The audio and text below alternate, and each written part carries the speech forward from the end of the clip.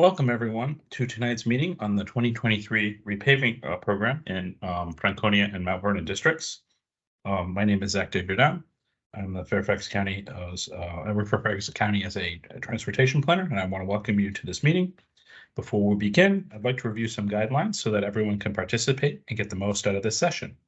Please note this meeting is being recorded and will be posted on YouTube, then linked to the 2023 repaving program webpage.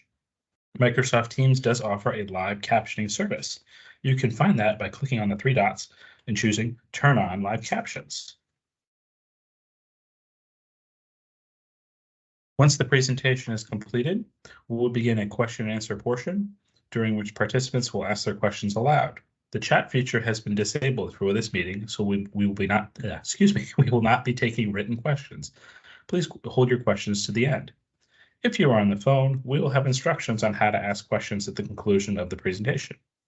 We also encourage you to submit your comments to today's meeting using the online feedback form at the bottom of each repaving webpage. We'll accept comments via written form there, or as well as you can give us a phone call. Again, we'll have the addresses for you and the phone numbers at the end of the presentation.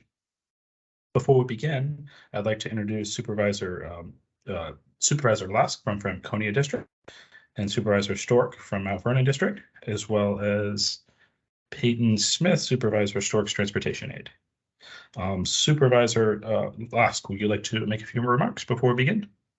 Sure. I'll just say very quickly, appreciate everyone's attendance here. I want to thank the staff, both for the Fairfax County Department of Transportation, as well as the Virginia Department of Transportation, for their work on this repaving and striping program. So it's an opportunity, as we heard earlier, for you to kind of see what's being proposed and to ask any questions that you might have. And we certainly want to hear your feedback. It'll be instructive for us as we move forward with this finalization of the plan. So thank you again for being a part of this discussion this evening, and look forward to hearing your feedback. Supervisor Stork, would you like to make a few remarks as well? Absolutely, thank you. And I would echo Supervisor Lusk's comments. I look forward to your feedback. And I know that we've already been working and talking with many of you in the community about some of the proposals that have been put forward, particularly about Fort Hunt Road. I understand the sensitivity of that for sure. The parking is one of those critical elements, but also think that there may be opportunities that for us to do both to keep parking while still improving the safety and frankly, walkability or bikeability of the corridor. So look forward absolutely to your comments and learning more from tonight's interactions. And hopefully we will be able to put together along with SGDOT and VDOT something that can meet the needs of the community. So thank you for hosting this. Great. So our presentation will be broken up into two parts. The first is my colleague Huda Ali of Virginia Department of Transportation. We'll be going over the 2020 repaving program for both Franconia and Mount Vernon districts. After that, we'll come back to this presentation and I'll talk about some proposed striping modifications. And then after all of that, we'll have the question and answer session. So I'm going to stop sharing my screen and let Huda present her presentation. Thank you, Zach. Good evening, everyone. Good evening, Supervisor Lusk and Supervisor Stork. I'm gonna pull up the presentation now.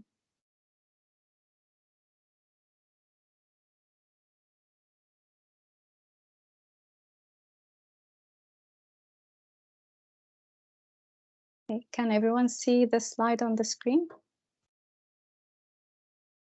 Yes. All right. My name is Huda Ali. I'm the Assistant Director for Transportation and Land Use for Fairfax and Arlington counties here at VDOT, and I'll be presenting the VDOT paving program. On the agenda tonight, we will be covering the state lane mile inventory and lane mile inventory for Northern Virginia District.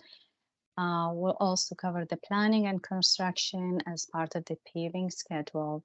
We will cover the process for how roads get selected for paving and how the pavement condition is determined using a system we call CCI rating. We will present information about our dashboard and the payment condition targets for this year, the type of payment treatments that we apply, and this year's budget. And lastly, we will cover the different types of payment marking and striping before we transition to the county's presentation on the topic.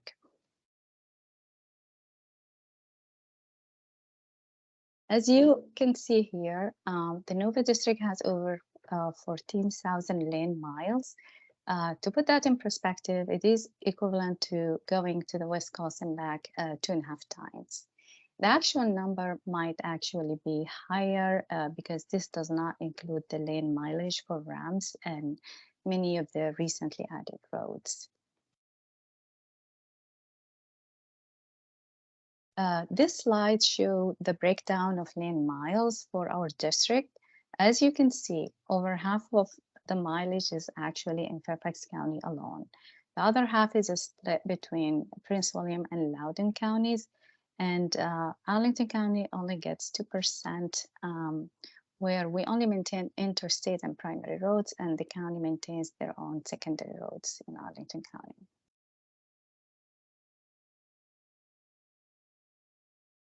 So the construction aspect of paving is seasonal and takes place during the warmer weather month from spring to early fall. However, the planning process is a year-round process. The process starts in spring going into the summer with the data collection for the next season. Over the summer into the fall, we start analyzing the data to determine how much need is there compared to available funds. And we prepare schedules and coordinate with central office. Then in winter of that year, we close out previous contracts, put out new contracts for bid, award and execute the new contracts by February or March next year.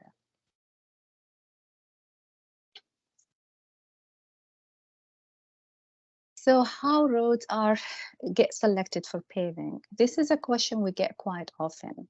VDOT identifies which roads are selected for paving by using the Critical Condition Index, CCI rating system, which ranges from 0 for being very poor to 100 for excellent condition. This process is generally data-driven and is based on several other factors. The payment condition being the top one, as we mentioned. We also consider traffic volumes, avoiding locations in conflict with upcoming VDOT and localities projects. We also check for conflicts with upcoming underground utility projects as well. We group projects for economies of scale. And what that means is when we consider an entire neighborhood, when we have a main street within that neighborhood selected for paving to achieve efficiency and in contractor mobilization. We also receive feedback from our maintenance crews who are most familiar with these roads. The planning process starts with collecting the data. We have contracts that drive the roads with using very high-tech vans, which can automatically analyze the detected pavement condition in terms of distress, texture, or roughness, using GPS cameras and scanners to measure the crack size and distance between cracks to determine the pavement condition. In terms of frequency of data collection, it varies depending on the roadway classification. So for interstate and primaries and high volume secondaries, these are the ones with average annual daily traffic higher than 3,500 vehicles per day. For those, we do it annually. For low volume secondary roads, those are below 3,500 vehicles per day. And those are the ones that have route numbering of 600 or higher and make the majority of the mileage and include residential streets. We do 20% of those every year. and with the goal to cover the full lane mile inventory every 5 years. This lower frequency is because of the higher mileage and the limited resources.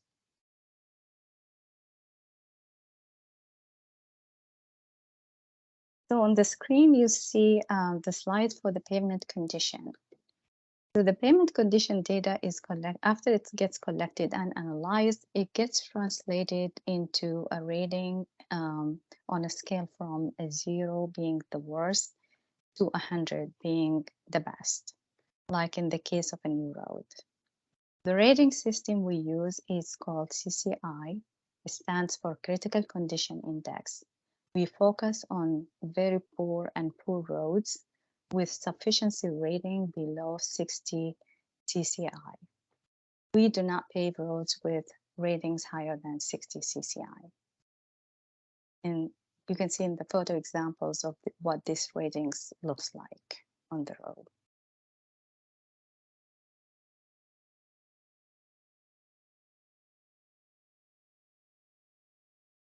Pavement condition targets are decided based on the type of road.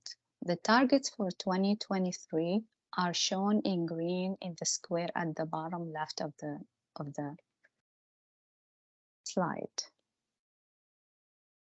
For interstate, high volume primaries and high volume secondaries, our goal is to have 82% of the network at 60 CCI rating or above. For low volume primary, we have a target of 75%. And for low volume secondary roads, the ones in red on the other rectangle, our target is 60%. And we will see later in this presentation how the current pavement condition inform our budget decisions.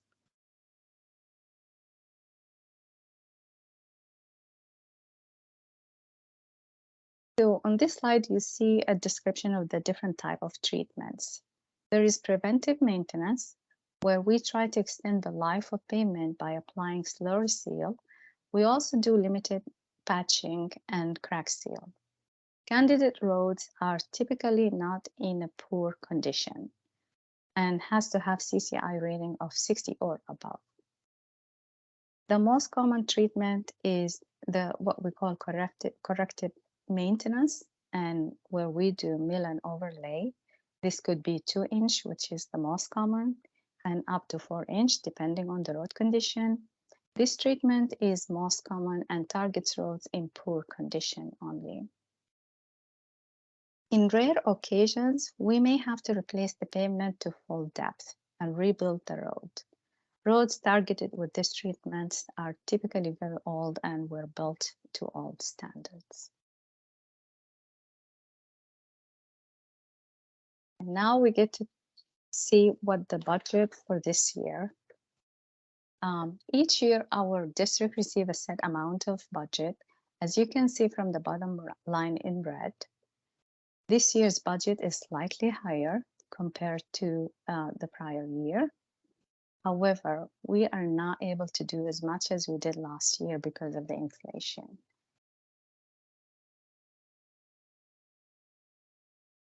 Our build-out infrastructure and maintenance have determined that about 43% of our low-volume secondary roads have combined critical condition index rating in the 30s and 40s, indicating very poor condition, and are due for repaving.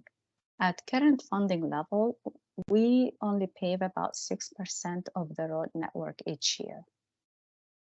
So the NOVA district continues to work diligently to catch up on the paving roads across the district.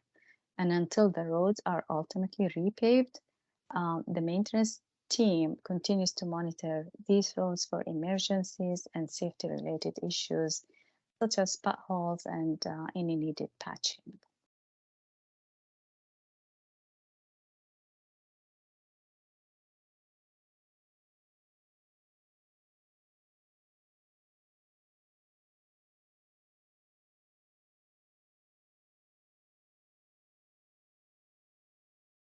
Hey, Huda, you're on mute for some reason. Sorry about that. So the map you see on the screen is an interactive map. It's an online resource that's available for the public where they can access and learn if the roadway is getting paved this year. And they can also track progress. This year's paving plan is now available online, and it shows roads planned for repaving in red. As the paving season progresses, you will start seeing the different colors pop up on as on the legend.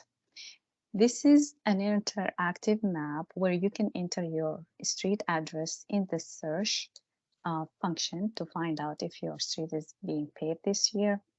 If you click on the color line on the road, a box will pop up and you will click. When you click the arrow, you could see the direct contact information for the VDOT construction project manager, who could be contacted directly to get additional information on the progress of the work.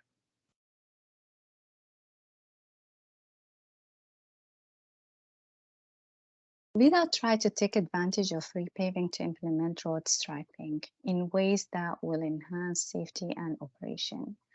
We stripe commonly to replace in kind, as in put back what was existing before we mill and overlay. We may occasionally restripe to improve a traffic operational condition by extending a turn lane, for example. We also take advantage of the repaving opportunity and collaborate with the county to implement new marking patterns to reduce the width of a travel lane to enhance on-road bike routes, or put in new crosswalk to improve pedestrian safety.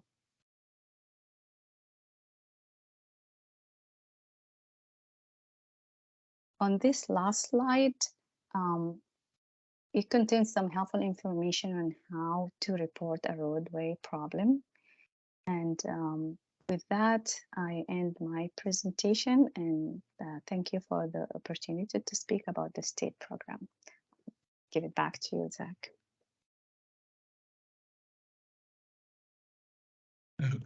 Okie doke. Thank you, Huda. So next, we're going to move on to what the county and VDOT have proposed for striping modifications in the Franconia and the Mount Vernon districts. So this is a really great program that we've collaborated with VDOT and our for over almost more than 10 years. We would like to try to improve traffic safety during the repaving program. So Fairfax County staff reviews the draft paving plan, and we identify potential opportunities such as adding new crosswalks. And tonight we'll see potentially adding some bike lanes. VDOT then develops the striping and signing plans and coordinates implementations. So the ones whose crews are out implementing the actual paving the streets. And that in Fairfax County leads the public engagement and coordinates with the district supervisors. That's why we're here tonight. VDOT will also try to identify and reconstruct substandard curb ramps on median roll-throughs to improve accessibility for ADA users. And Fairfax County will also install the signage for the bike lanes or road diets or crosswalks. For crosswalk enhancements, we'll FCTOT staff study busy pedestrian crossings that don't have crosswalk markings today to determine if that location meets the VDOT warrant for marking a crosswalk and whether minor parking restrictions are necessary to improve safety for people using the crosswalk. VDOT will often upgrade existing crosswalks from standard, which are typically just two lines parallel to each other, to high visibility. And so on the right, you can see a picture of a high visibility crosswalk that looks kind of like piano keys or zebra stripes. Fairfax County staff also identify key crosswalks or future enhancements such as pedestrian refuge islands. So many streets and many roads in Fairfax County were built with wider than necessary lanes or too many travel lanes. And that leads to road safety issues such as speeding and inattentive driving. Repaving provides an opportunity to right-size travel lanes and roads to provide new bike lanes and turn lanes to improve safety for all users at very little incremental cost. The traffic capacity at signalized intersections, and legal on-street parking are usually maintained. And this aids in the implementation of our planned bicycle network. So sort of nearby example to the Franconia and Mount Vernon district. So it was over in Mason district, where several years ago we VDOT repaved and demoed, and the net lanes were narrowed from about 15 feet to substantially less than that. Probably looks like to be about 11 feet. So that significantly reduced the speeding on that road as a result. And we're also able to add bike lanes at the same time. So the repaving program covers 3 types of bicycle facilities. So occasionally you'll see shared lane markings or sharrows. You'll see standard bike lanes, and then you also see buffered bike lanes. So primarily the people who use standard bike lanes are those who are strong and fearless, and those who are enthused and confident, which make up approximately 10% of potential cyclists. And then the other half are interested but concerned about cycling, and they prefer trails or buffered bike lanes. So that's what we try where possible to add buffer to bike lanes where there is space. So there's also benefits for bicycle infrastructure for those who don't ride a bike. So not only does it increase safety for if you're riding a bike, but it also reduces the crossing distance. So you don't have quite a wide travel lane to cross the street. They add a buffer if you have a sidewalk. So if you're walking along the sidewalk, you don't have the traffic right next to you anymore. There's a bike lane there instead. It helps reduce noise because it reduces speeding, and speeding is usually generates more noise than people driving the regular speed limit. It also improves visibility at driveways, so it makes it easier if you're driving in and out of a driveway or exiting a side street. So for Franconia district, we have 2 crosswalks proposed. You can see the location is off of kind of just to the west of 95, off of the Franconia Springfield Parkway. And so look at this more specifically, the first location is at Beverly Park Drive and Lavender Lane. It connects the 2 neighborhoods to each other, and as well as the nearby Hoos Road Park. And so I marked the proposed parking restrictions in yellow. So there'd be 2 northbound parking spaces that would have to be repurposed and 1 southbound parking space. You'll notice there's actually a 3rd restriction going northbound. There's technically no parking there today. It's just that it's not marked as such. And then going a little bit just north of that, along Hoos Road and the Franconia Springfield Parkway, we're proposing to add a crosswalk where Hoos Road and Beverly Park Drive intersect. There's actually a paved trail. You can see that kind of going across the top of the picture. That's the Franconia Springfield Parkway Trail. And it's also known as the Fairfax County Parkway Trail at this location. So it would provide increased safety for people using that trail and also make it easier for drivers to see people using the crosswalk. The proposed restrictions are marked in yellow, so there's 2 southbound spaces, and I did mark the northbound is parking to be restricted, but technically there's a fire hydrant there, so there's just not enough space to park between that and the intersection, and so that would be there's technically no legal parking there anyway. And the reason we have to do parking restrictions when we propose to implement crosswalks is because we want to make sure that people driving have enough time to see people in the crosswalk, as well as people in the crosswalk also are able to see people driving. And if we were to let people park their vehicles right up to the edge of the crosswalk, it wouldn't be safe. So it's a safety reason for the reason why we're proposing to repurpose parking to add crosswalks. So that's it for Franconia district. For Mount Vernon district, we're proposing a pair of bike lanes on Fort Hunt Road. So it runs between Richmond Highway and Bellevue Boulevard. And we can see it in both pictures here. I zoomed in a little bit and I zoomed out to kind of give you a sense of where it is. So Fort Hunt Road between Richmond Highway and Bellevue Boulevard today, right now has 2 wide travel lanes. And depending on which part of the street you're on, it might have no parking lanes, might have 1 parking lane, or it might have 2 parking lanes. There aren't any sidewalks between Hunting Cove Place and Bellevue Boulevard, and between Old Town Road and I Street. And there are no on-street bicycle facilities today. So we're proposing to add bike lanes by narrowing the travel lanes where feasible and repurposing underused parking lanes. So we have heard from members of the community about the proposed about repurposing the southbound parking lane between Woodmont Road and Hunting to Cove Place. I would just emphasize that that is subject to public input. So we'd love to hear what your thoughts are. The reason we proposed that was it's a little bit uncomfortable for people biking to share the road going along that street, and we thought at least it appeared that everyone along the street had driveways, and therefore it might be a good opportunity to potentially repurpose that space for people bicycling. I will add, it's a proposal, and we're very interested in your thoughts and your feedback. And then I also add.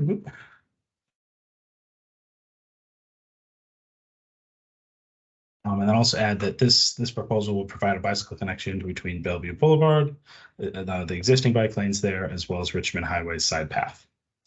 And it would look something like the photo on the right. If you've ever driven up Bellevue Boulevard, there are 2 bike lanes on either side, and then there are 2 travel lanes. Going a little bit further south,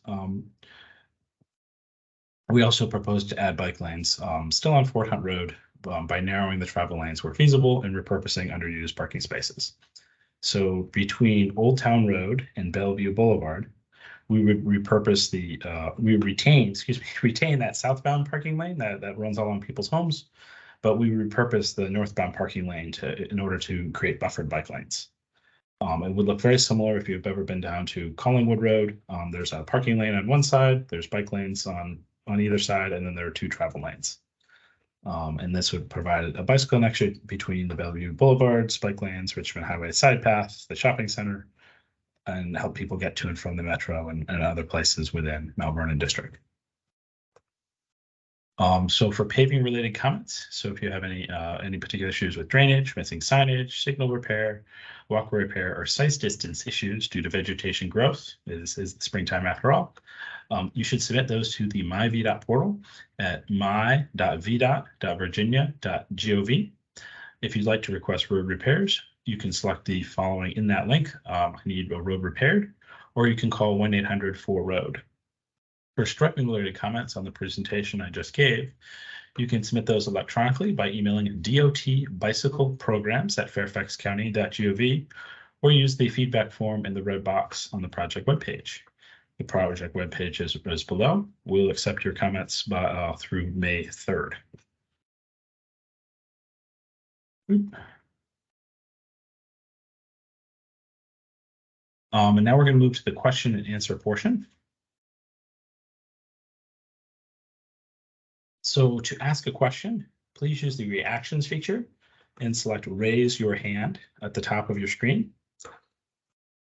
The moderator will enable your microphone and call on you to ask your question. When you're finished your question, please lower your hand. But please unmute yourself when your name is called and ask your question and provide your comment. Please mute yourself after you've asked your question. If you are on the phone, press *5 to raise your hand. And when you're called upon by the last 4 digits of your phone number, press *6 to unmute. When you are finished, please press *6 to mute yourself and *5 to lower your hand. We will now move to the question and answer portion. Okay, so the first person I see with their raised hand is Alexis Glenn. I'm going to go ahead and allow your mic, and you can go ahead and unmute yourself and begin your question. Thank you. Can you hear me? Yes. Yes, you can. All right. I just wanted to make a comment about the Fort Hunt bike lanes. I was excited to see that those are proposed. I would use those if they're implemented, especially if they were buffered or protected. I kind of wish protected bike lanes were actually the standard and not the exception on VDOT roads. But I use my cargo bike to transport things around my neighborhood here using Fort Hunt and other nearby roads. And it's not really practical to take it on the Mount Vernon Trail, which is really the only nearby alternative since it's crowded and kind of narrow. Plus there's places on Fort Hunt I actually go that are separate from the Mount Vernon Trail. So I just wanted to give my support for that proposal. And I have one I guess, request about the repaving in Jefferson Manor. I was wondering if we can look at the striping potentially around around our intersections. The intersections right now are painted with this like really wide turning radius or radii. And that wide radius really encourages drivers to take corners kind of fast, and they cut really close to the sidewalks and the curb cuts. So I wanted to see about when those parking stripes are repainted, perhaps the corners of them could be a more narrow radius, and hopefully encourage drivers to take those turns a little more carefully as people are walking and pushing strollers around the neighborhood. Thank you. Thank you, Alexis, for your comments and your question. If you could send me the exact locations that you want that done, I'll see what I can do about that. No guarantees, of course, but thank you for your comments. Okay, so the next person on my list is Andy Ritter. I'm going to go ahead and allow your mic, and you can go ahead and unmute yourself and begin your question. Good evening. Thank you. Can you hear me? Yes, we can. Terrific. Thank you. So I live along Fort Hunt Road, where the proposed bike lanes are supposed to be going in. And I have three comments. One, while many folks do have driveways, the driveways are extremely narrow and you can really only fit one car. So there are quite a few folks that park at least one car along the road there. And if you have guests, I mean, I'm not sure where they're supposed to be parking them. And the northbound parking lane, there's actually quite a few trucks that will park there, like semi-trailers. So that if you were to take away the southbound parking, that parking on the northbound side is usually taken up by these trucks. So if you are going to put in bike lanes, I would request that you make it residential parking only on that northbound side. And then also, I know the previous speaker just made a point about it not being feasible to use the Mount Vernon Trail, but quite frankly, that trail is about a half mile from Fort Hunt Road. It runs parallel to Fort Hunt Road. It is a dedicated bike path. So I really don't see the necessity for an additional bike lane that is going to take away parking from residents. So thank you. Thank you for your comments, Andy.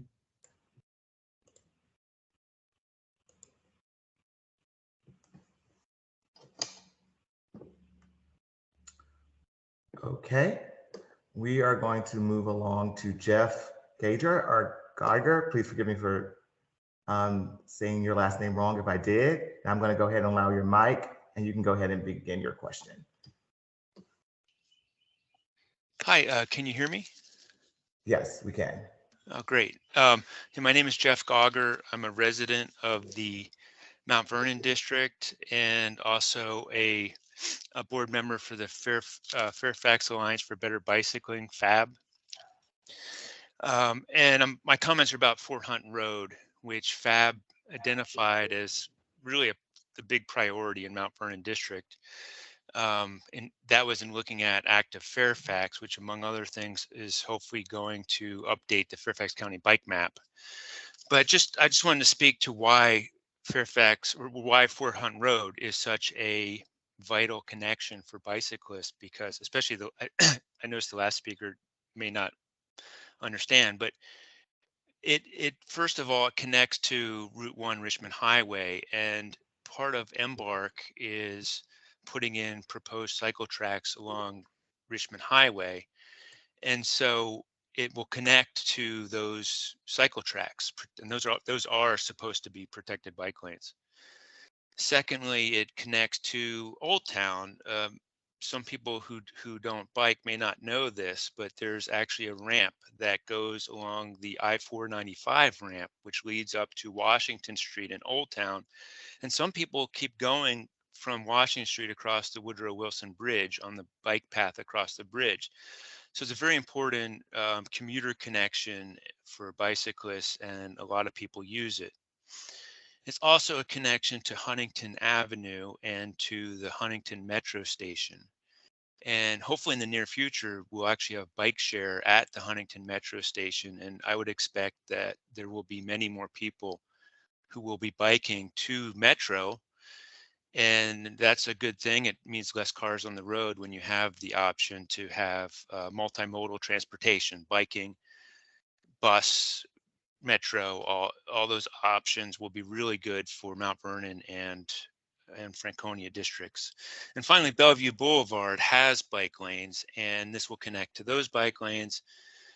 And from the Bellevue Boulevard bike lanes, you can get to the Mount Vernon Trail, which is on the other side of the parkway. But of course, if you want to visit Bellevue, the Bellevue Shopping Center or any of the businesses along the Fort Hunt corridor, being on the Mount Vernon Trail is not, you have to get you got to get over to Bellevue and to Fort Hunt to do that. So it's a really vital connection. And so I'm glad that it's looked at for bike lanes. I will say our organization FAB has been disappointed that protected bike lanes, which Alexis mentioned, have not been part of the paving program. And we really pushed for that last year as part of Lockheed Boulevard, and we were part of a coalition actually that included Friends of Huntley Meadows Park and other groups that wanted protected bike lanes going from Route 1 to the park. And again, that would connect to the Richmond Highway protected bike lanes. It really is appropriate in this area because it's so urbanized to have protected bike lanes. And just to give you a feel of what it's like when you don't have protected bike lanes, I often ride Sherwood Hall, which has bike lanes. It's just paint. And in Sherwood Hall Lane, what will happen is a driver will slow down because they're taking a left turn. And the drivers behind that person will pass on the right. And what they're doing is they're driving in the bike lane, which they can do because it's just a stripe of paint. And if you're a bicyclist in the bike lane on Sherwood Hall Lane when that happens, you can imagine how it feels to suddenly have a car coming up behind you at 45 miles an hour. So it really does make a difference. So looking at this proposal, it really is a compromise because, bicyclists would prefer the protected bike lane. And this is more of an intermittent bike lane that's not protected. It's just paint. And I understand there's people in here advocating to maintain on-street parking on Fort Hunt Road. So looking at this, it seems like a compromise between preserving some parking and having at least an intermittent bike lane. So overall, I'm in support of what's proposed because it will make the road safer. Thank you. Thank you for your comment, Jeff. We'll move to the next question or comment. Okay, we'll move along to Jim Colbert. I'll go ahead and allow your mic, and you can go ahead and mute yourself and make your comment or question. Yeah, hi, good afternoon. I wanted to just add my comment that just to emphasize the driveways. I know technically we have a driveway and you can fit one car in there. You just can't open your doors once you're in. So I just wanted to say, like, if we didn't have the on-street parking, it would just, I don't know what we would do. I mean, it's just some of those driveways are just not really usable as driveways for cars. So that's just my comment. I'm for bikes. We're definitely keeping in mind that some people are reliant on the street park.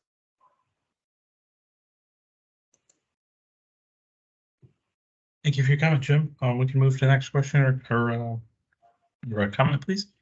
Okay. We'll be moving on to Laura Lawler. I'll go ahead and allow your mic, and you can go ahead and mute yourself and ask your question or comment. You can hear me, correct? Yes, we can.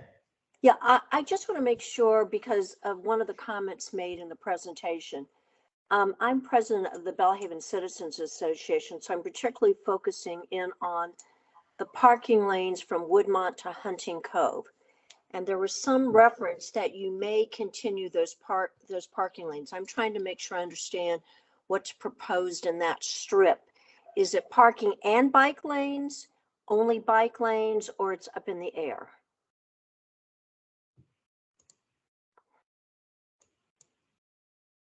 Sorry about that. I lost track of my mouse for a second. Let me go back to that slide. So what we're proposing was so between Woodmont Road and Hunting Cove, our initial proposal is to add bike lanes in both directions and remove all the parking between Woodmont Road and Hunting Cove. If the feedback we receive is not in favor of that option, again, subject to public input, we would retain that parking lane, and it would be a southbound, potentially buffered bike lane, just going in the southbound direction only. And I apologize if that wasn't clear.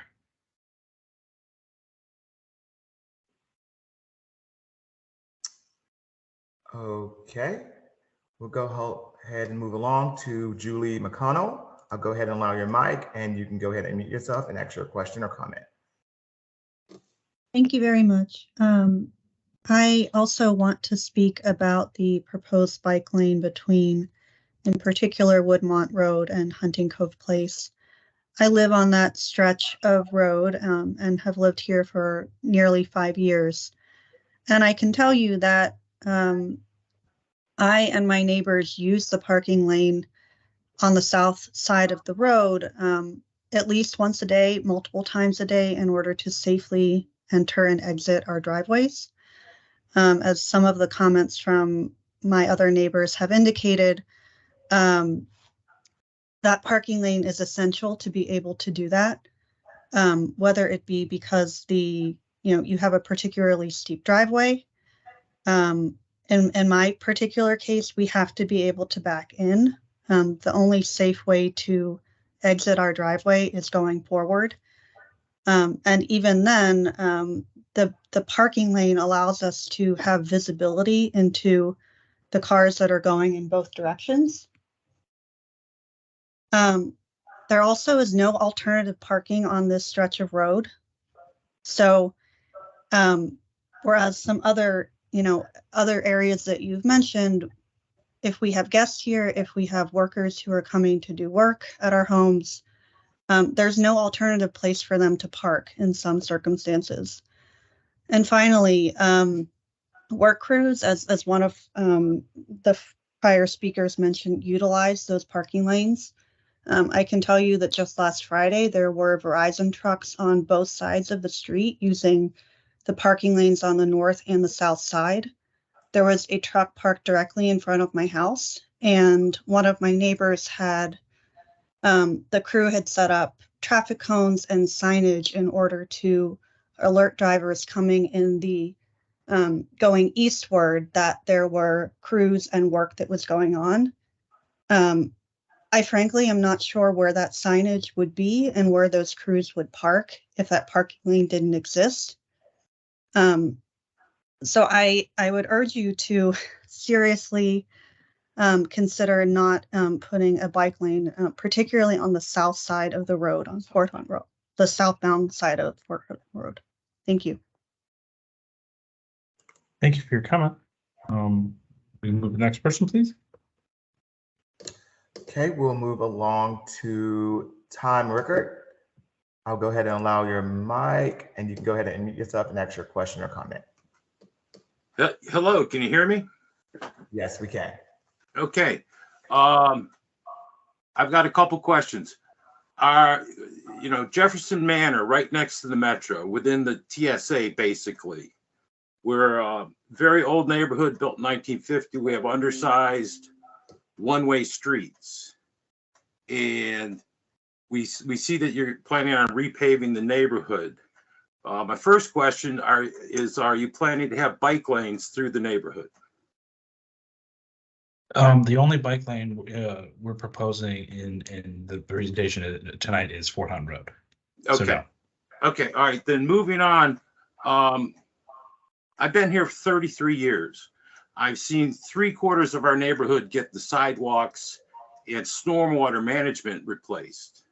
We still have 3 remaining streets that have the original 1950s sidewalks and above ground stormwater management going on. Now, I walk and drive the neighborhood all the time. In my humble opinion, our roads are above the 60 CCI rating. There's no cracking, large potholes, or degradation. What we'd like to see VDOT consider is addressing the 3 remaining streets in our neighborhood, which are Fairhaven, Williamsburg, and half of Monticello, that have the original decrepit sidewalks and above ground stormwater management, which, because there are no curb cuts, people have paved over the street gutters. Water runs amok. It's not, you can't even push a stroller or ride a bike down these sidewalks. So why are we spending all this money repaving streets that it's not necessary? For 73 years, VDOT, what do we miss the cycle? How come our sidewalks and stormwater management within a half mile in the TSA area next to the metro haven't been replaced? So I'd like you guys to consider reallocating these funds and addressing what we really need. Well, thank thanks. you for, yeah, go ahead. Go ahead, Huda. I was just going to say.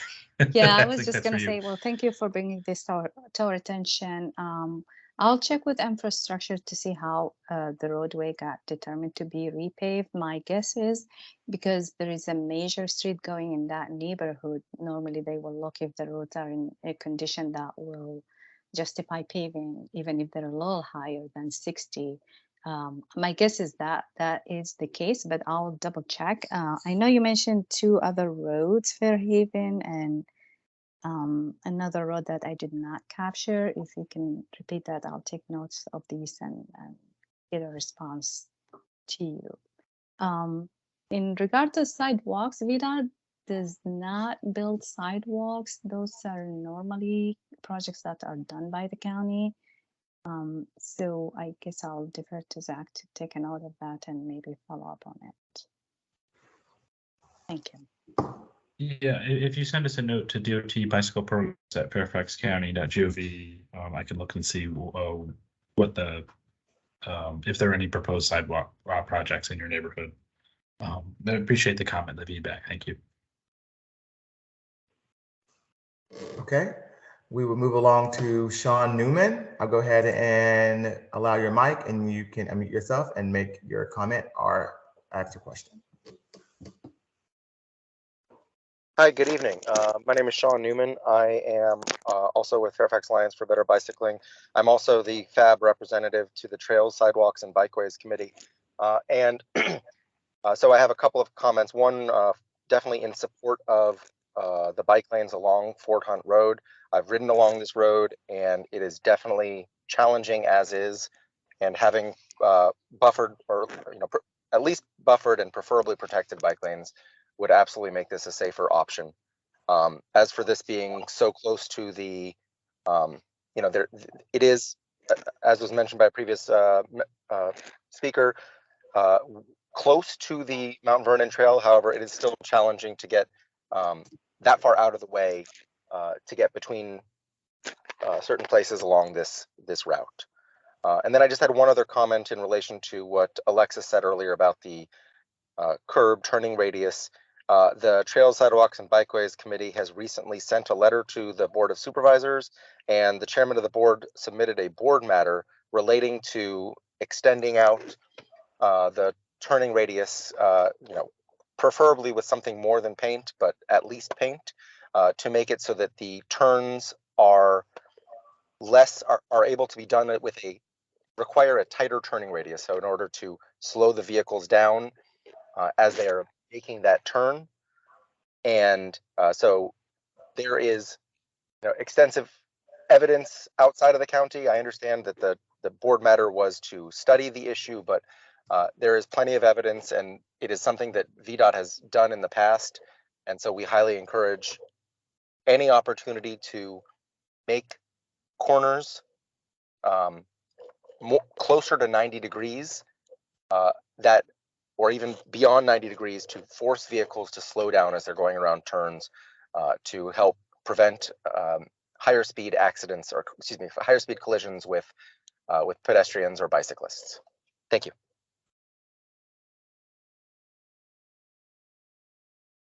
Thank you for your comment, Sean. We can move on to the next person.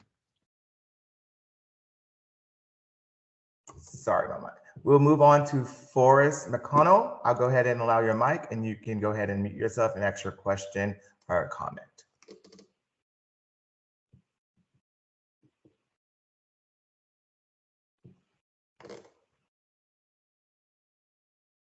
Forrest McConnell, did you have a question or comment that you wanted to leave? Okay, not sure. So if anyone has technical difficulties with unmuting yourself or anything like that with Teams, please feel free to send us an email at dotbicycleprograms@fairfaxcounty.gov, or give us a call at 703-877-5600, and we can answer your questions that way as well. Okay. We'll go ahead and move to David Duffy. I'll go ahead and allow your mic, and you can mute yourself and ask your question or comment. Hi, hello. I was wondering, is there some sort of standard by which you determine the type of bike treatment? I've found various federal ones, but I'm unaware of who ultimately decides or how the decision is ultimately made. So we use federal guidance such as the Federal Highways Bikeway Selection Guide. We use AASHTO guidance, which is a Association of State Highway Transportation Officials, which shows how wide a bike lane should be. We try to narrow our. We have a standard. If there's a route that has a street that has a bus lane on it, or that has buses on it, we have to do 11-foot travel lanes for those, and we typically try to pave 5-foot or greater bike lanes. And if we can't get anything more than that, we wouldn't do bike lanes at all. So it's kind of dictated by that guidance, but it's also dictated by the available space. The Fort Hunt Road has varying widths, everything from about 31 feet to much wider at other sections. So you have 0 parking in some places. You have 1 parking lane and 2 travel lanes, and then other places you have 2 parking lanes and 2 travel lanes, and lots of extra space in between. And so in those instances, we'll try to do a buffer, but we're not. The repaving program doesn't widen streets very much when we repave at all. We stick to the width that we have. So that is kind of a combination of the guidance that we have, as well as what's feasible within the width of the road, and also what's feasible within the paving program itself. I did hear some comments of asking about protected bike lanes. The paving program as it stands today covers paint and asphalt. And so that is kind of what dictates what kind of change we can make to the road. And thank you for your comments. Okay, we'll move along to Ben Arthur. I'll allow your mic, and you can go ahead and mute yourself and ask your question or leave a comment. Hi, can you hear me? Yes. Yes, okay. Great, thanks. So, hey, so you did just, Mr. Desjardins, allude to the fact that this restriping program doesn't really widen roads at all, but I as an avid cyclist, I'm very much in support of this proposal to add bike lanes to Fort Hunt Road. I've taken that once before. It's pretty scary on a bike, and I would consider myself in the very kind of confident 2% of bicyclists on the slides that were presented by the first speaker. I've taken that stretch of Fort Hunt Road once or twice. It is not very pleasant, and typically my strategy on really busy roads like that is to hog the entire lane so that cars cannot pass me. That's really the only safe way to do that. And so then it's just a matter of, for the people that are in favor of not widening, having a sidewalk, do they want to deal with cyclists like that who don't have their own space? But I wanted to ask them specifically about the land acquisition problem and what the process is to actually widen the road, and whether that would be, and if that would require purchasing private property. What is the procedural way to get that done? And because, you know, in the event that there's enough residents along that road that don't want that parking to disappear, that seems to be the only other option. So that's my first question. And maybe if you can answer that, and then I've got a second one. Sure. So the process, I mean, the county has a lot of transportation needs. And so that project, essentially you'd be doing a separate project from the repaving program. That would have to go into design, engineering, and we'd have to get funding. It would be a pretty drawn out multi-year process, competing with many other transportation needs. So it's not impossible, of course, but there's a lot of effort and time to go in and do something like that. Okay, we'll move along to. Oh, Ryan, he did have Ryan Paul, he did have a second question, so okay, if you could unmute him again. Yeah, of course. Thank you. Okay, Ben, you can go ahead. Oh, sorry. Okay, Ben, you can go ahead and unmute yourself. Sorry. Can you hear me now? Yes. So my second question is then to the general policy of only replacing the stripes in kind, I think is the phrasing that the first presenter used. And that's kind of the general default plan, unless you're going to go to all the trouble of designing where to put new stripes. And what I don't understand there is why that should be the default. So for example, you look at the bicycle master plan, which I have up on my screen right now, and we have this whole network of places that we desire new bike paths. And one in specific, which is near my house, is on Telegraph Road, just southwest of Van Dorn. That was repaved in 2017. And at least since 2014, that was desired to have a bike lane on it. And so what I'm wondering, I'm completely baffled when you went and repaved and restriped that section of Telegraph Road just south of Van Dorn, were bike lanes not installed there. The road is so wide, you could easily have a cycle track on that section of the road, and yet it wasn't done. And I'm just completely confused why. And so yeah, I think that's my question. Why don't you always consider putting a bike lane down when you're restriping if one is called for in the master plan? I'm looking for your section here.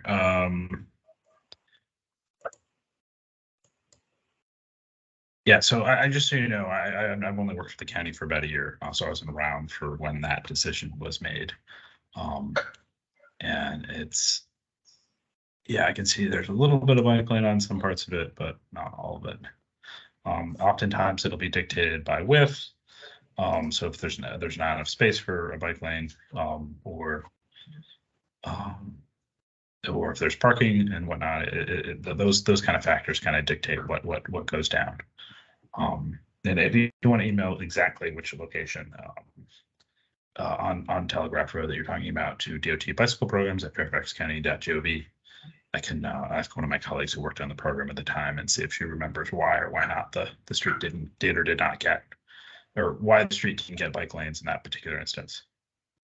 But thank you for your question. Okay, we're going to move along to Rachel Bowe, I believe. I'll allow your mic and you can go ahead and unmute yourself and ask your question or leave your comment.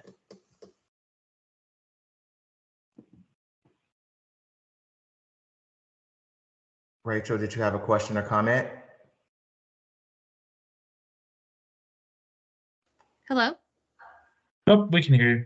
Hi, okay. Hi, thank you for doing this. I also live in Jefferson Manor, and it's right by the Huntington Metro. And 2 years ago, they redid the road that I live on, Albemarle. And my husband and I moved in right as it was ending, but we have heard horrendous stories about how bad the construction company was, Arthur Construction. And it said in the documentation that you're planning on using them again. They actually had to come back and fix things last summer that they had messed up the previous summer. So I guess I was just wondering if that's set in stone and why you would use that company. Thanks.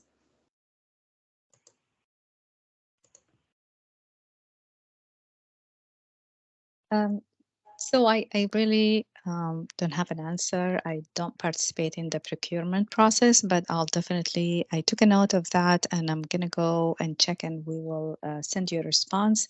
If you can email Zach, so we'll have your email address, we will send you a response in writing. And apologize for all the difficulty you had with the previous paving experience. Thank you. Okay, we'll move right along to Nick Ruiz. I'll go ahead and allow your mic and you can go ahead and unmute yourself and ask your question or comment.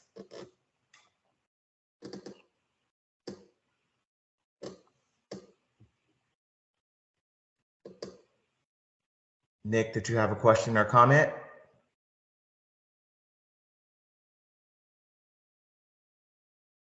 Okay, I am guessing not. So I would. So yeah, Nick, if you have technical difficulties unmuting yourself or whatever reason, feel free to email us at dotbicycleprograms@fairfaxcounty.gov. Okay, we'll move right along to David Duffy. I'll go ahead and allow your mic and you can go ahead and ask your question or comment after you unmute yourself. Yeah, sorry. So echoing what other people said, I'm a recent convert to bike commuting, and the standard bike lanes are extremely unpleasant to the point where my wife refuses to use them. And I usually prefer to take either the full lane or avoid roads that have them because of how close they put you to cars. So I will echo the statements that buffered at the bare minimum. And I'll also echo what the other gentleman was talking about, that it seems like there is no coherent strategy where, like, the road near my house, which is what started me on this, got resurfaced and there was no bike lane added, even though 3 of the roads that intersect with it have bike lanes on it. And the street has no parking. It's 3 lanes that are like 13 feet wide. It easily could have accommodated something. So who ultimately is deciding what streets are chosen to be given this treatment? Because it seems like there's no actual consistency applied in any shape. So the county staff review the paving list and determine and come up with a list of streets that we propose to add bike lanes to, and then we go to VDOT and we work out which ones are feasible and which ones are not. And then ultimately we bring that to the supervisors, and then we bring it to you, the public, to weigh in. Yeah, I'm not familiar exactly why that particular street didn't get bike lanes when it was repaved. Yeah, I understand the frustration, but yeah, I'm sorry, I don't have an answer for you on that.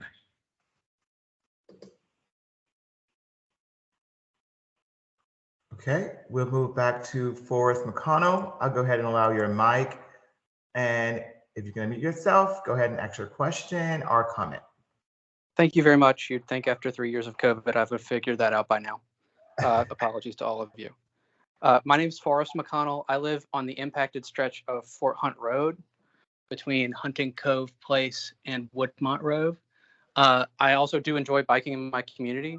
I will say, despite Fort Hunt this stretch is a very busy road, and it's reflected in the volume of traffic, both commercial and personal vehicles. I understand that it is difficult to bike on, but my other alternative as a resident of this stretch of road is that the neighborhood behind us offers no alternative parking. Both roads mentioned as the boundaries of this bike path, Woodmont Road and Hunting Cove Place, are so steep as to not so far away from most houses on this street, and so steep that they offer no parking themselves. Unlike other neighborhoods mentioned here today, there is no around the corner for folks that live in the middle of this block like me, that is even remotely close for a service vehicle delivery, guests or elderly relatives visiting. I would say, I would feel differently and be more supportive of this bike lane if the other bike lanes that were in our area were well maintained.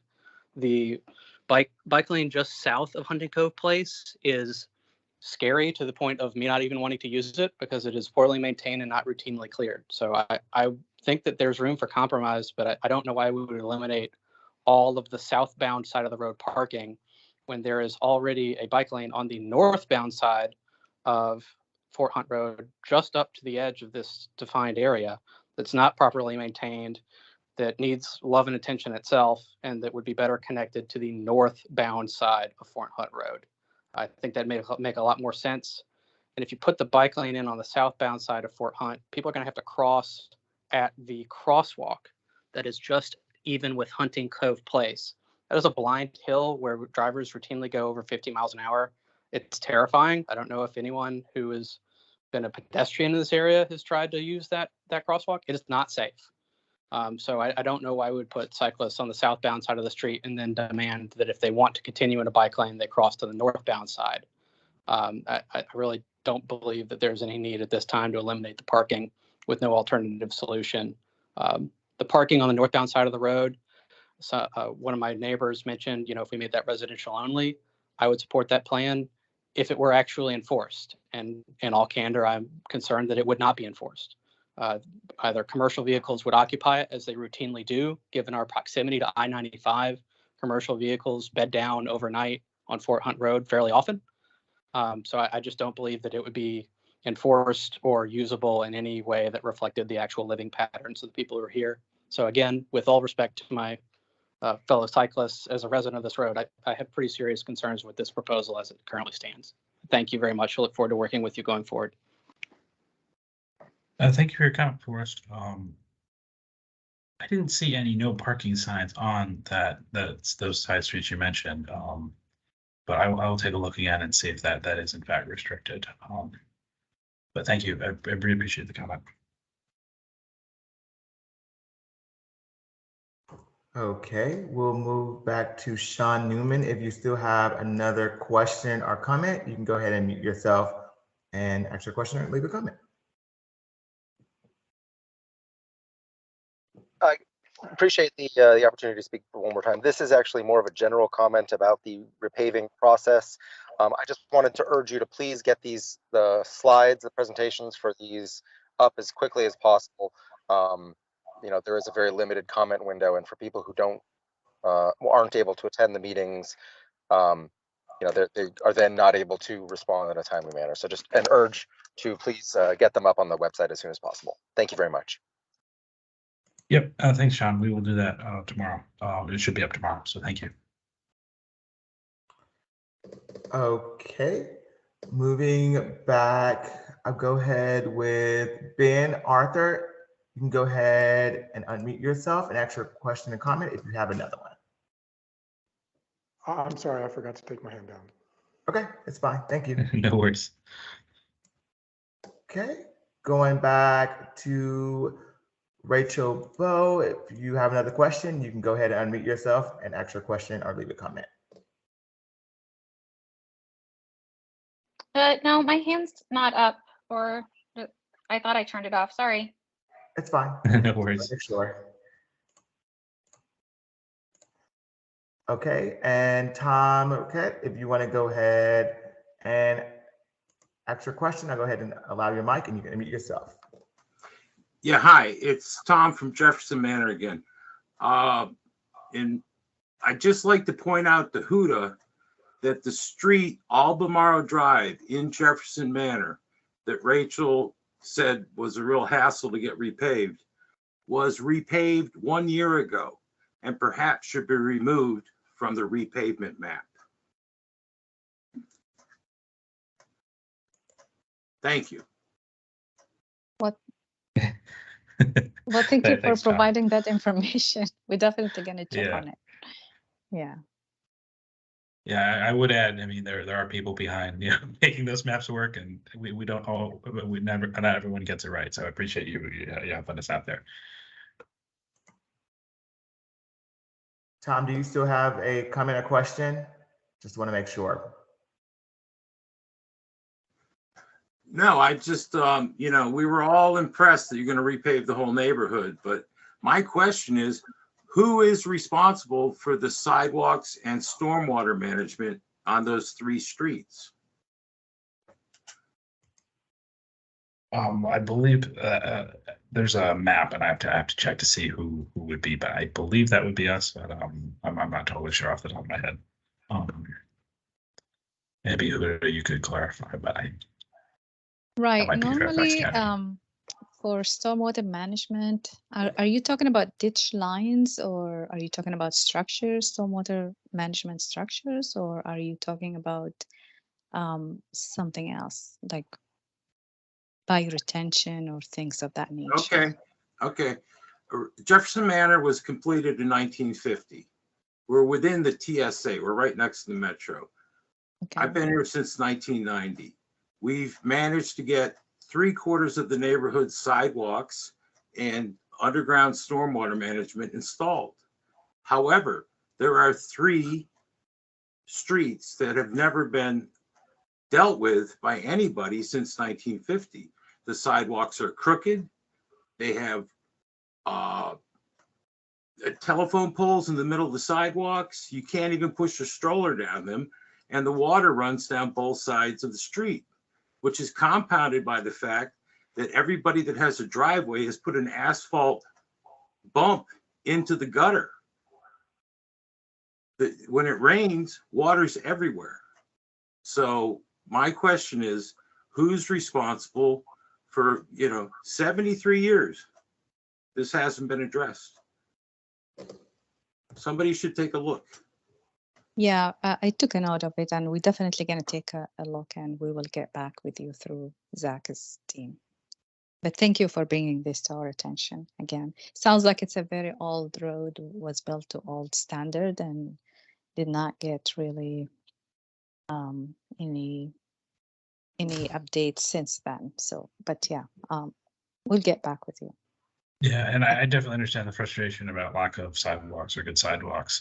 There are lots and lots of neighborhoods throughout the county that have sidewalks, and we've certainly, the Board of Supervisors has allocated money over years to try to address some of those gaps.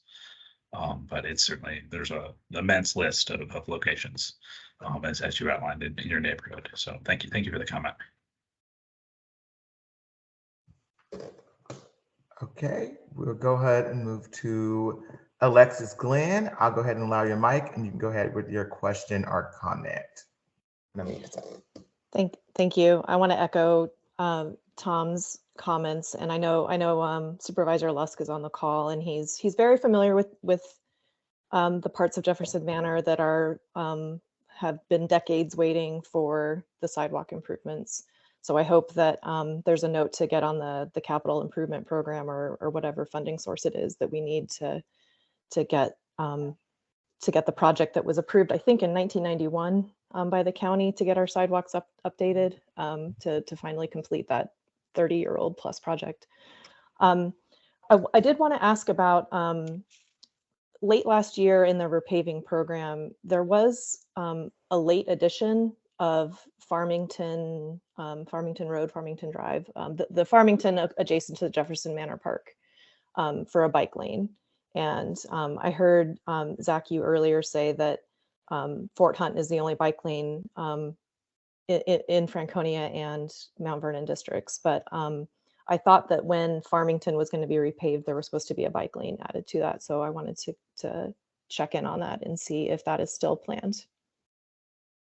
And has Farmington Road been repaved already? No, in fact, if there is one road in Jefferson Manor that really does need to be repaved, it is Farmington. So I thought that it was identified last year as part of the VDOT FCDOT repaving program, but it was identified late in the season before it could be done before winter. So I wanted to ask if it was going to be repainted with a bike lane when it's repaved for this season. Well, thank you, Alexis, for bringing this up. Yeah, I'm familiar with that one. So you were right. It was part of the last year paving program. However, the contract got rejected because the bids were super high. And later in the year, we were able to secure another contract to pave this road, and I believe Lockheed Boulevard, and I think Fortson Road as well. So all these 3 roads are getting paved this year before end of June of this year. They're still considered part of last year's paving, but it's just going to be completed a little later.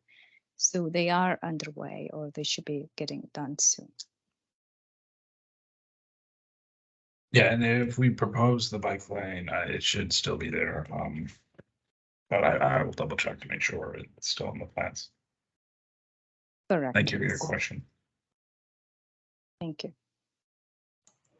Okay, we'll move back to Ben Arthur. I'm going to go ahead and allow your mic, and you can go ahead with your question or comment after you unmute yourself. Yes, thanks again. I did think of another question, and I was looking at the statewide paving status map that Mrs. Ali showed, and I was noticing that Lockheed Boulevard is being repaved. In fact, I've driven along that section in the last couple of weeks, and they're ripping up and they're repaving it. And so I cross-checked that with the bicycle master plan, and dating all the way back to 2017 at least, they have called for a bike lane on that. And so now I'm very curious whether there actually is going to be one.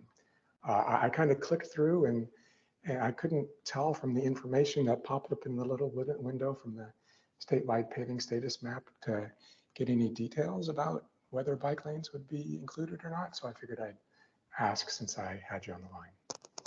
Well, thank you, Arthur, for asking. Yes, so you're right. It's getting paved this year, and it's getting bike lanes.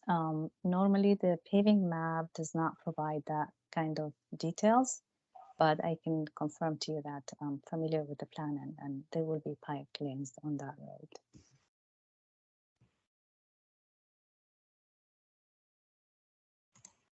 Thank you.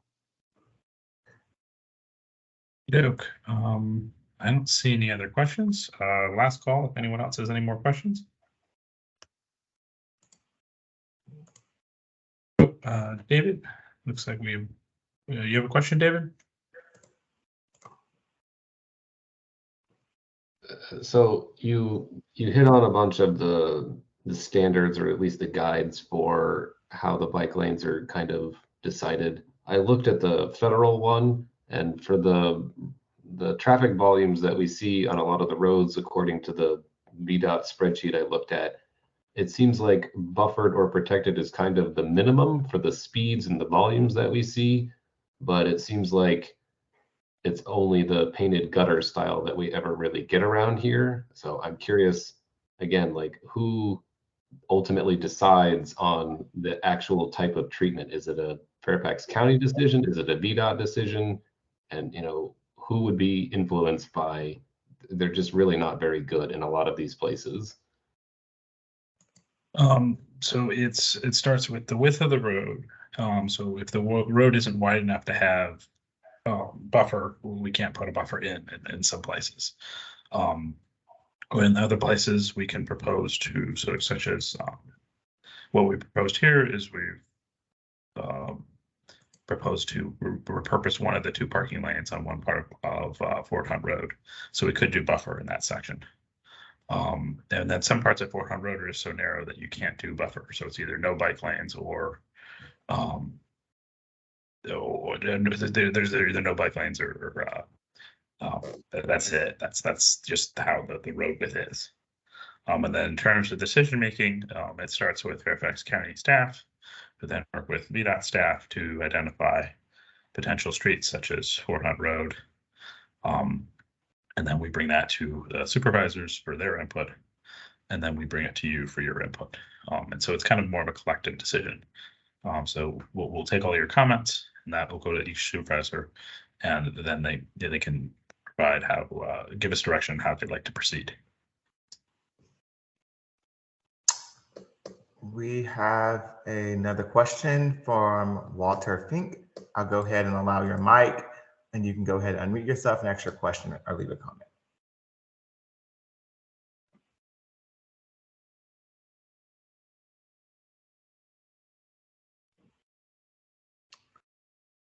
Okay.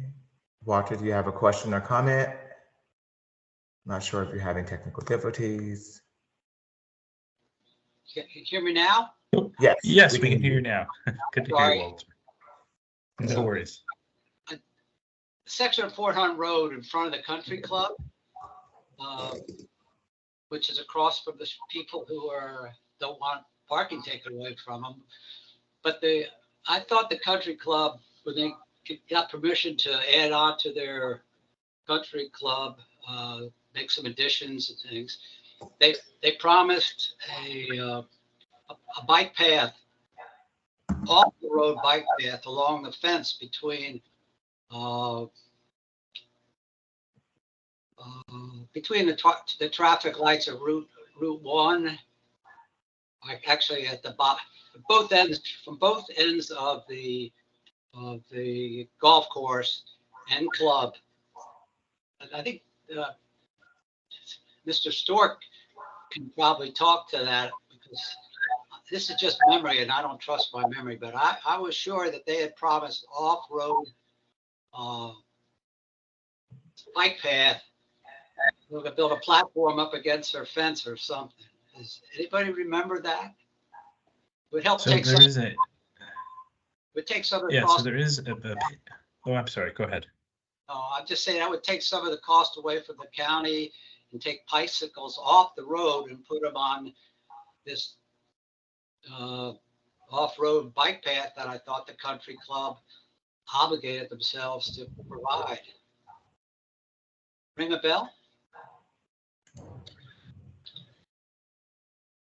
So there is like a little, like a paved sidewalk that goes for part of their property. They used to have an entrance that's been closed for, I think, 15 or 20 years or so, at the south end near their clubhouse. And it kind of picks up there and it goes to the end of their property. I think it goes all the way to their main entrance now. But it's a paved 4-foot wide sidewalk, and I think someone earlier mentioned it wasn't very well maintained.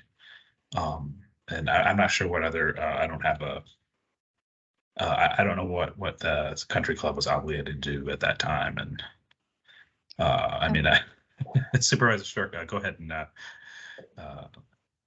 let's see if I can, you should be able to unmute yourself if you'd like to speak.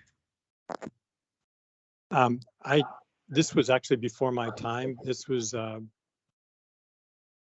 what Supervisor Highland was involved with. And so I don't know anything more than what has really been said. So I would love to see some sort of better or safer path along that area. But I've talked to Supervisor Highland, and I'm not aware of any other special arrangements which were made with the country club or anybody else to try to improve that.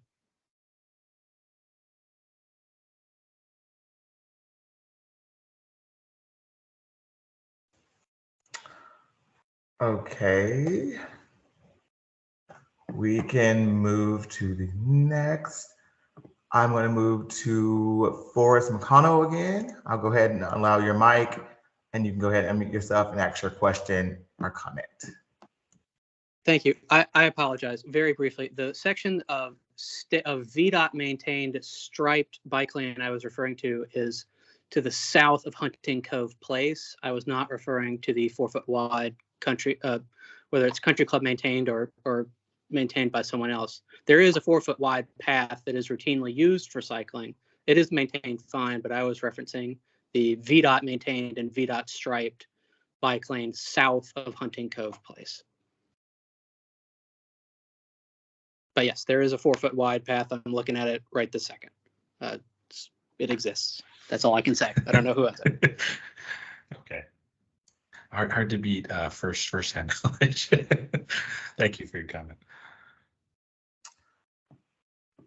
Okay, moving back to Laura Lawler. I'll go ahead and allow your mic, and you can go ahead and unmute yourself and ask your question or leave a comment again. Yeah, two things regarding the country club. I've been a long time resident of both Belhaven as well as a member of the country club. They did do what was required by the county because they would not give them permits without getting it done, and it slowed down the project. So the obligation that the club had with regards to its renovation that occurred 15 or 20 years ago with providing bike path or a walkway was met.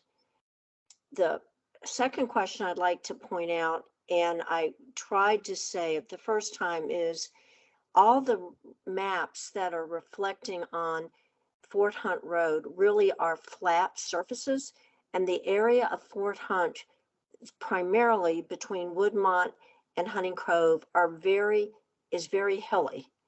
So one of the concerns of the people that I talk to with my board is that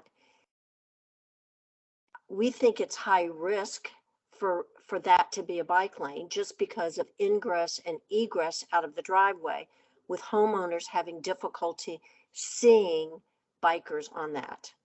I think there's a lot of issues with that. That's all. Thank you.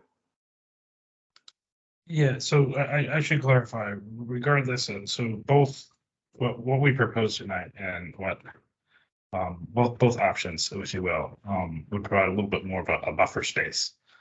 So if we were to retain the parking between Woodmont Road and let me go back to that slide here, and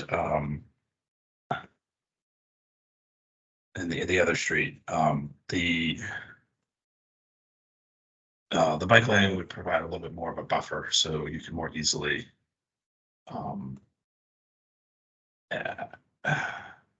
so it would look more like the image here on the right at Collingwood. Just ignore the bike lane going on the other side.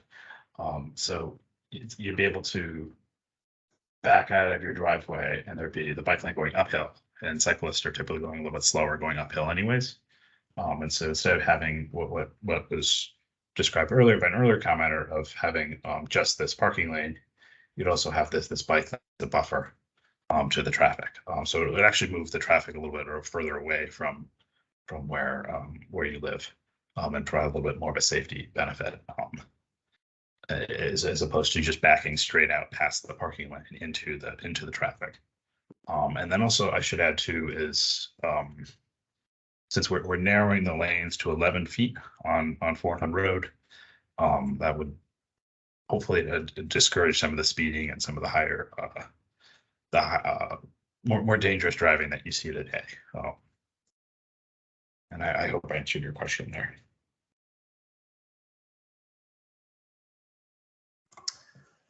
Okay, we can move to Andy Ritter. I'll go ahead and allow your mic, and you can go ahead and ask your question or leave a comment. Thanks, Ryan. I think to Laura's point there, and I agree. It's as you're backing out of your driveway on Fort Hunt there between Hunting Cove and Woodmont that it's very difficult to see pedestrians on the crosswalk. So it's also difficult to see cars, quite frankly, but easier to see cars than bicyclists. So having that bike lane on the southbound side just is frankly going to cause more risk for a car coming out of a driveway to hit a bicyclist.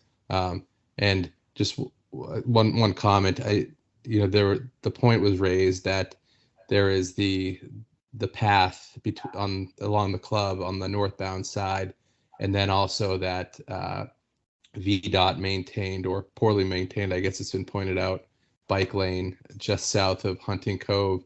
So I think it makes the most sense to just connect those two than to put a whole new bike lane on the southbound side of Fort Hunt Road and take away all of that parking.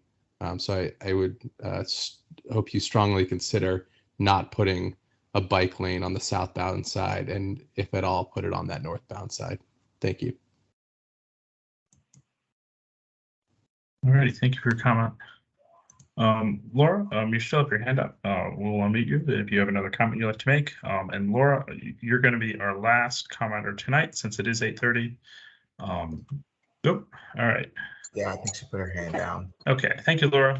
We appreciate that. So if anyone else, let me go back to our last slide here. So we've heard your feedback tonight. This meeting has been recorded. It will provide your input to both supervisor or to each respective supervisor.